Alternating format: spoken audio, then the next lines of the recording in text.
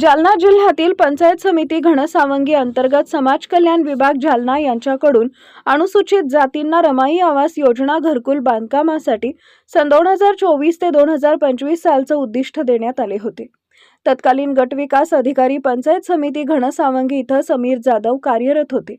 घरकुल काम मंजूर करण्यासाठी कनिष्ठ सहाय्यक GT गोदामावर अग्रेसर होते।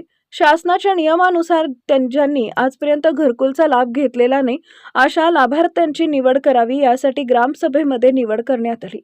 ग्रामीण भागामधून ग्रामसेवक यांनी ग्रामसभा घेऊन निकषाप्रमाणे पंचायत समिती घनसावंगी इथं ग्रामसभा निवड यादी दाखल केली।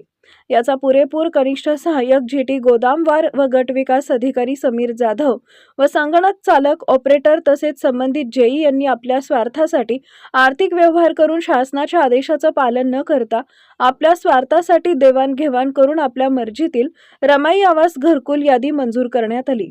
यामध्ये ज्यांना शासन नियमावलीनुसार खरोखरच घरकुलाची गरज होती अशा लाभधारकांची शासनाची फसवणूक करण्यात आली।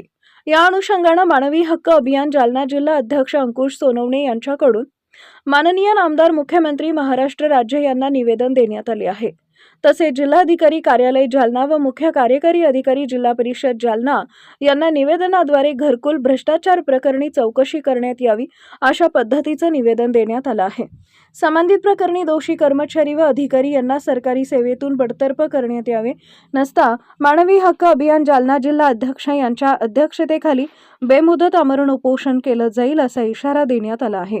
जिल्हा प्रतिनिधी जालना अंकुश सोनवणे।